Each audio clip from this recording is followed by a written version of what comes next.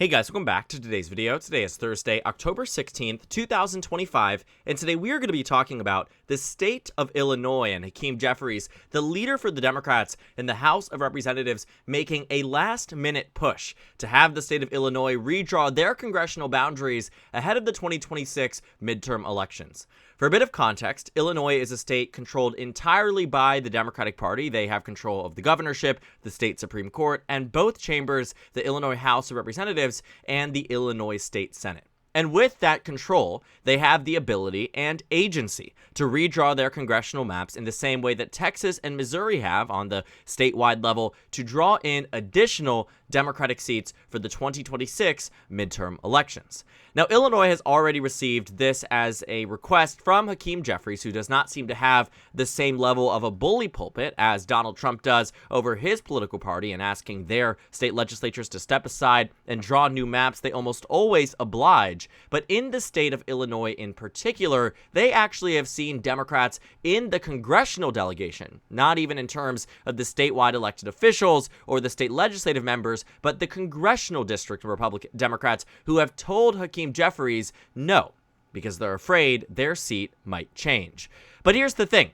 Illinois is, in fact, a safe Democratic stronghold, and the map entirely reflects it. It's one of the few states where Democrats have had full agency over redrawing the maps after the 2020 census, and it gave Democrats the upper hand when it came down to congressional map drawing in 2026, in 2022, leading into 2026 and beyond. Because in 2020 and 2018, it was the Republicans who had 5 seats in Illinois and came within reason to win the 14th district and the 17th district, 2 districts won by the Democrats by less than 5 points. In a red wave year like 2022, it stands to reason that Republicans could reach numbers similar to that of 2014, winning over a number of the districts here. But by the time we reached 2020, the Democrats realized that with their control of the state, they must draw a map that was similar to how Republicans have drawn many of their states as well. And so, it's one of the few examples of a blatant Democratic gerrymander across the country.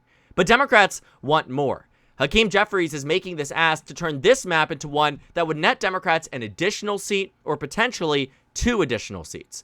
Now, the math on here is the hesitation as to why some of these Illinois Democrats have rejected this new map. The majority of the Democrats in the seats here, and the majority of the representatives here, in fact, come from safe Democratic seats.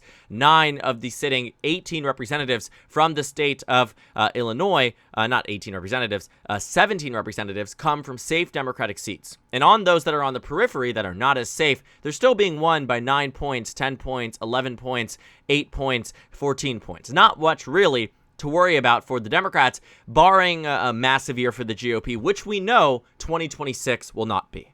But the rest of these representatives are arguably in quite safe districts. They don't have to worry about the competitive nature of their districts. They just simply are locked in and solid for the Democratic Party. Only one district has ever stood to be more competitive, and even then it went to the Democrats by 4 points in 2022. And 2 years later, went to the Democrats by 9. But if they were to dilute this map, it stands to reason that in a red wave year, Republicans might be able to crack this Democratic gerrymander. But in 2026, that's not the type of year we're looking at. As the Republicans go for blood in every single state they have the opportunity to, Kansas, Indiana, Missouri, Texas, Florida, North Carolina, and with the Voting Rights Act starting to find itself potentially being undercut, and I think that's really underselling what it's going to do. It would strip the power of the Voting Rights Act, which has ensured that the Deep South does not have entirely Republican representatives. 12 congressional districts are on the line if the Supreme Court, appointed by Trump, chosen by the GOP, rules in favor of the Trump administration and the Louisiana Attorney General's office that would declare Section 2 of the VRA that confines itself to congressional redistricting would be found to be unconstitutional. And a map and a law that has been in place since the 1960s would be overturned, and 12 seats, taking out Indiana and Missouri, and 12 seats in just the South, would be removed from the Democratic Party, and an additional 5 to 8 on the national stage, which would make it damn near impossible for Democrats to win back House control in 2026. And so, Hakeem Jeffries is going to one of the few states that Democrats have the ability to do it. It's Maryland and Illinois, where they have the power and the authority to do so, to ask for an additional seat. But based on the hesitation we have seen from the congressional Democrats before in Illinois, it is very possible that this map does not get through, and that a redraw does not either. But Democrats have a sucker punch. They have the ability. But the Democratic Party that we've been covering for the past 7 years on this channel, and long before then, has been very much known to bring a knife to a gunfight. And in the case of redistricting, that happened when they passed the independent commissions, assuming Republican states would follow through. They were never going to follow through. And today, as you see these last-minute efforts, yes, there are ways to mitigate some of the gains that Republicans are making on the national stage. But to the degree that it will be done is yet to be seen. Because only so far has California's Proposition 50 served to be as the example of Democratic resistance in the day and age of Donald Trump's second administration, has served to be the prime indication or possibility that there could be a very reasonable and compelling case for Democrats to make about them fighting back against Trump. Because when it comes down to this, you have to go coast to find a Democratic response. You may not even find it in the neighboring state, my home state, of Maryland. You will find it, though, in California.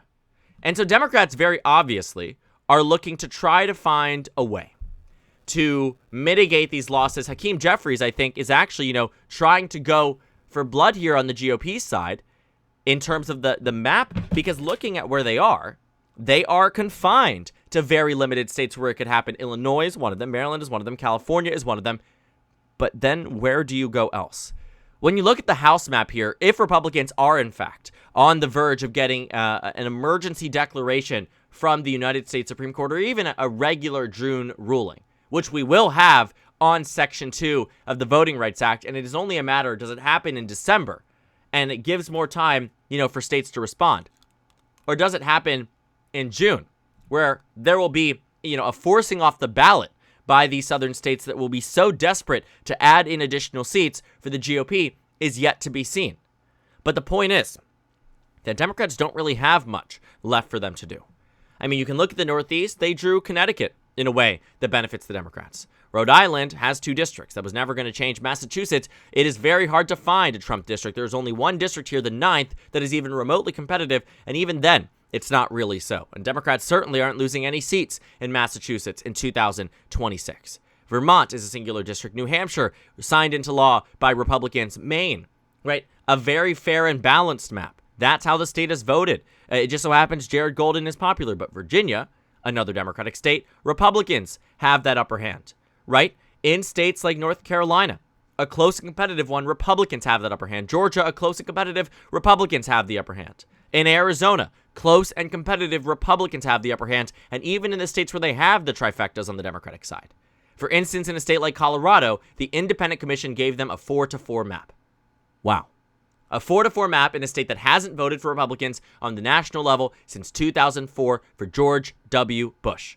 A state that Kamala Harris won by 11, Biden won by 14, that Clinton won in 16, Obama won twice, 4-4. Because Democrats have been far too often too willing to give up their political power out of the name and idea that Republicans will follow suit.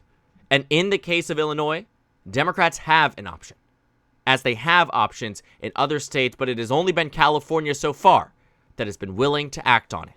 And it will be very interesting to see exactly what happens next, because the filing deadline in Illinois is right around the corner.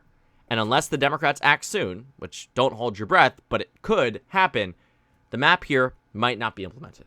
And as Republicans walk all over Democrats in states like North Carolina and Texas and Missouri and Indiana, if Democrats lose the House in 2026 and win the national popular vote by 5, which could very well be the reality if the Voting Rights Act goes under. It's a big if, but it's one that seems more likely than not as it stands right now, which is shocking to say the least.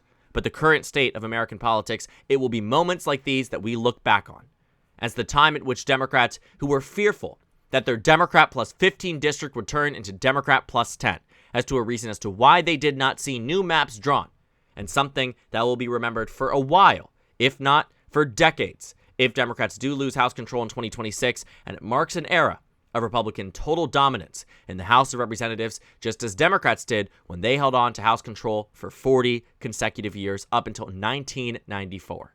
It's far more recent than you think, and we could be on the verge of Republicans having near dominance as well, even if it is the Democrats who have a supposed blue wave in 2026. If the Supreme Court greenlights it, they will absolutely steal the next election in the way that it is most legally possible to do so, because the Supreme Court will make anything legal for this administration, so it seems. And it will be very fascinating, not in a good way, but certainly very historical, rather, to see what happens from this point onward, and if the Democrats in Illinois and across the country are listening and waking up to the moment that is today. Because as we've seen thus far, that may in fact not be the case, but it certainly needs to be if Democrats want to win in 2026. So thank you guys so much for watching this video. Make sure to comment down suggestions below. Subscribe on the left if you haven't already, and check out the Instagram and Twitter. At the top left of the screen, there's also a Discord server for you to go ahead and join. On the screen, there's a video for you to watch, and then a playlist for my 2026 House election analysis videos. Again, thank you guys so much for watching, and I will see you all later today.